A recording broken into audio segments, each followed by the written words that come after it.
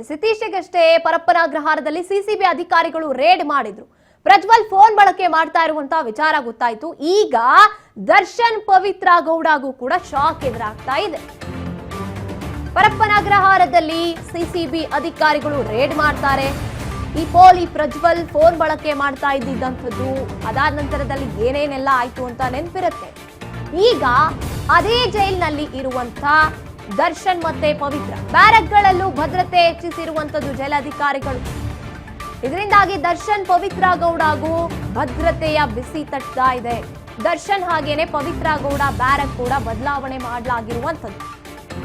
ಜೊತೆಗೆ ಮಾಫಿ ಸಾಕ್ಷಿ ಪ್ರದೋಷ್ ಇದಾನಲ್ಲ, ಅವನ್ ಬ್ಯಾರಕ್ ಹತ್ರ ಕೂಡ ಭದ್ರತೆ ಹೆಚ್ಚಾಗಿದೆ. ಹೆಚ್ಚು ವಿಚಾರಣಾ ಕೈದಿಗಳಿರುವಂತ ಬ್ಯಾರಕ್ಗಳಿಗೆ ಪವಿತ್ರ ಗೌಡನ ಶಿಫ್ಟ್ ಮಾಡಲಾಗಿದೆ. ಮೊದಲು ಇಬ್ರು ಕೈದಿಗಳಿದ್ದಂತ ಬ್ಯಾರಕ್ ನಲ್ಲಿ ಪವಿತ್ರ ಗೌಡ ಇದ್ಲು. ಈಗ ಹೆಚ್ಚು ಜನ ಕೈದಿಗಳಿರುವಂತ ಬ್ಯಾರಕ್ಗೆ ಪವಿತ್ರ ಗೌಡನ ಶಿಫ್ಟ್ ಮಾಡಲಾಗಿದೆ. ಇವರಿಗೂ ತಲೆನೋವು ಹೆಚ್ಚಾಯ್ತು. ಈಗ ದರ್ಶನ್ ಇರುವಂತ ಬ್ಯಾರಕ್ ಬಳಿ ಹೆಚ್ಚುವರಿ ಸಿಸಿಟಿವಿ ಅಳವಡಿಸಲಾಗಿದೆ.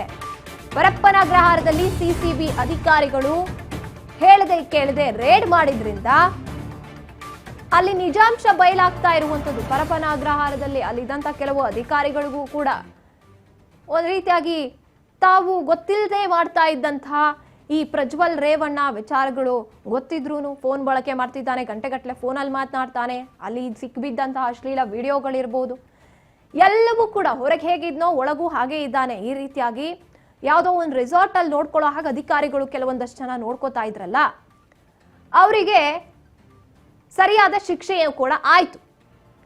ಈಗ ಅದೇ ಒಂದು ರೀತಿಯಾಗಿ ಸೆಲೆಬ್ರಿಟಿ ಅಂತ ಸಪರೇಟ್ ಆಗಿ ನೋಡ್ಕೊಳ್ತಾ ಇದ್ದಿದ್ದಂಥದ್ದೇನಿತ್ತು ಈ ದರ್ಶನ್ ಮತ್ತೆ ಪವಿತ್ರ ಗೌಡನ ವಿಶೇಷವಾದಂತ ರೀತಿಯಲ್ಲಿ. ಆದ್ರೆ ಅದು ಈ ಹಿಂದೆ ಕೂಡ ದರ್ಶನ್ಗೆ ಇದೇ ರೀತಿಯಾಗಿ ಆಗಿತ್ತು, ಸ್ಪೆಷಲ್ ಟ್ರೀಟ್ಮೆಂಟ್ ನಡೀತಾ ಇದೆ ಅಂತ.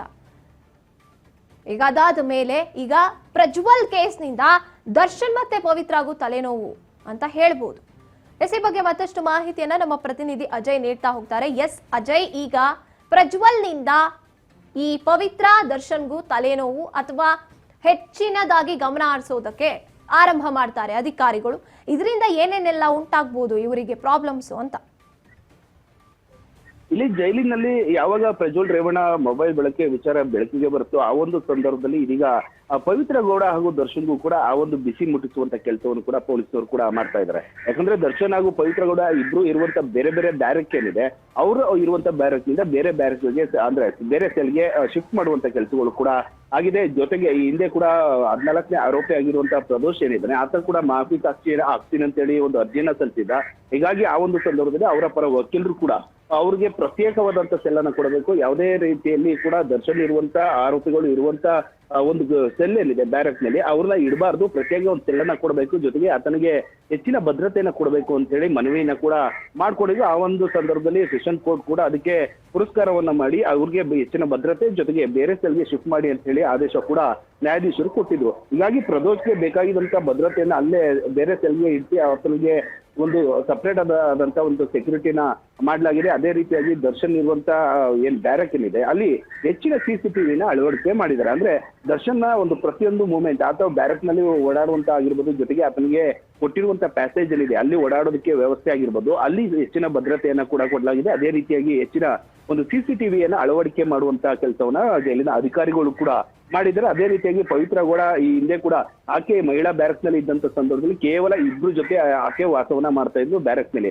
ಹೀಗಾಗಿ ಆಕೆಯನ್ನ ಹೆಚ್ಚು ಕೈದಿಗಳು ಇರುವಂತ ಬ್ಯಾರಕ್ಗೆ ಆಕೆಯನ್ನು ಕೂಡ ಶಿಫ್ಟ್ ಮಾಡಲಾಗಿದೆ.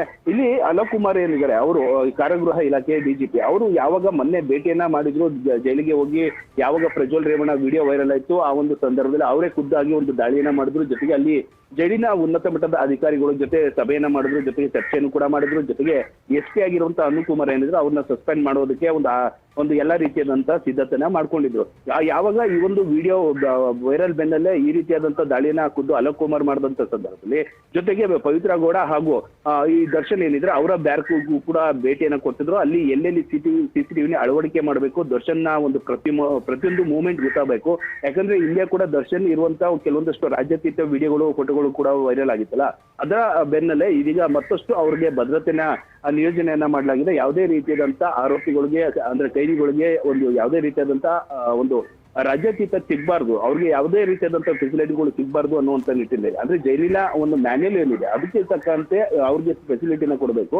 ಆದ್ರೆ ಹೆಚ್ಚಿನ ಫೆಸಿಲಿಟಿ ಬೇಕಂದ್ರೆ ನ್ಯಾಯಾಲಯದ ಮೂಲಕವಾಗಿ ಅವ್ರು ಪಡ್ಕೋಬೇಕಾಗುತ್ತೆ. ಹೀಗಾಗಿ ಆ ತರ ಯಾವ್ದು ಕೂಡ ಮತ್ತೆ ವೈರಲ್ ಆಗ್ಬಾರ್ದು. ಇಲ್ಲಿ ಒಂದು ಆಲ್ಮೋಸ್ಟ್ ಜೈಲಿನ ಅಧಿಕಾರಿಗಳು ಸೇರಿದಂತೆ ಡಿಜಿಪಿ ಅಲೋಕ್ ಕುಮಾರ್ಗೂ ಕೂಡ ಯಾವಾಗ ಪ್ರಜ್ವಲ್ ರೇವಣ್ಣನ ಮೊಬೈಲ್ ಬಳಸುವಂತ ವಿಡಿಯೋ ವೈರಲ್ ಆಯ್ತು, ಅದಾದ ನಂತರವಾಗಿ ಸರ್ಕಾರಕ್ಕೆ ಸೇರಿದಂತೆ ಜೈಲಿನ ಅಧಿಕಾರಿಗಳಿಗೆ ತೀರಾ ಮುಜುಗರ ಆಗಿದೆ. ಹೀಗಾಗಿ ಆ ಡ್ಯಾಮೇಜ್ ಕಂಟ್ರೋಲ್ ಮಾಡುವಂತ ನಿಟ್ಟಿನಲ್ಲಿ ಈ ರೀತಿಯಾದಂತ ದಾಳಿಯನ್ನ ಮಾಡಿ ಜೊತೆಗೆ ಅಲ್ಲಿರುವಂತ ಅಧಿಕಾರಿಗಳಿಗೆ ಕಠಿಣವಾದಂತ ಕ್ರಮವನ್ನು ಕೈಗೊಳ್ತೀವಿ. ಒಂದು ವೇಳೆ ಮತ್ತೆ ಈ ರೀತಿಯಾದಂತ ವಿಡಿಯೋಗಳು ಅಥವಾ ಫೋಟೋಗಳು ಜೊತೆಗೆ ಕೈದಿಗಳಿಗೆ ಯಾವುದೇ ರೀತಿಯಾದಂತ ಫೆಸಿಲಿಟಿ ಸಿಕ್ಕಿದಂತ ಸಂದರ್ಭದಲ್ಲಿ ಅಂತೇಳಿ ಖುದ್ದು ವಾರ್ನ್ ಮಾಡಿರೋದ್ರಿಂದ ಈ ರೀತಿಯಾಗಿ ಒಂದು ಭದ್ರತೆನ ಹೆಚ್ಚನ ಮಾಡಲಾಗಿದೆ. Gayatri. Yes, thank you Ajay ತಮ್ಮೆಲ್ಲ ಮಾಹಿತಿಗಾಗಿ.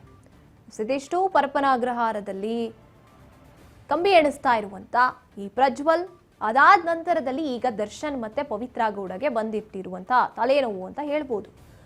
ಈ ಮೊದಲೇ ಆಗ್ಲೇ ದರ್ಶನ್ ಒಂದ್ ರೀತಿಯಾಗಿ ಸಿಕ್ಕಾಕೊಂಡಿದ್ರು, ಎಕ್ಸ್ಟ್ರಾ ಟ್ರೀಟ್ಮೆಂಟ್ ಅಂದ್ರೆ ಸ್ಪೆಷಲ್ ಟ್ರೀಟ್ಮೆಂಟ್ ಆಗ್ತಿದೆ ಅಂತ. ಅದಾದ ನಂತರದಲ್ಲಿ ಕಟ್ಟುನಿಟ್ಟನ್ನ ವಹಿಸಿದ್ದಾಯ್ತು.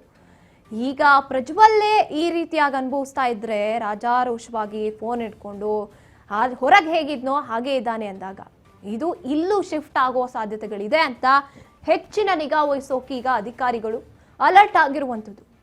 ಹೀಗೆ ಸಪೋರ್ಟ್ ಮಾಡ್ಕೊಂಡು ಹೋದ್ರೆ ಅಧಿಕಾರಿಗಳಿಗೆ ಯಾವ ರೀತಿ ಶಿಕ್ಷೆ ಆಗುತ್ತೆ ಅನ್ನುವಂಥದ್ದು ಈಗಾಗಲೇ ಅನುಭವಿಸಿದ್ದಾರೆ.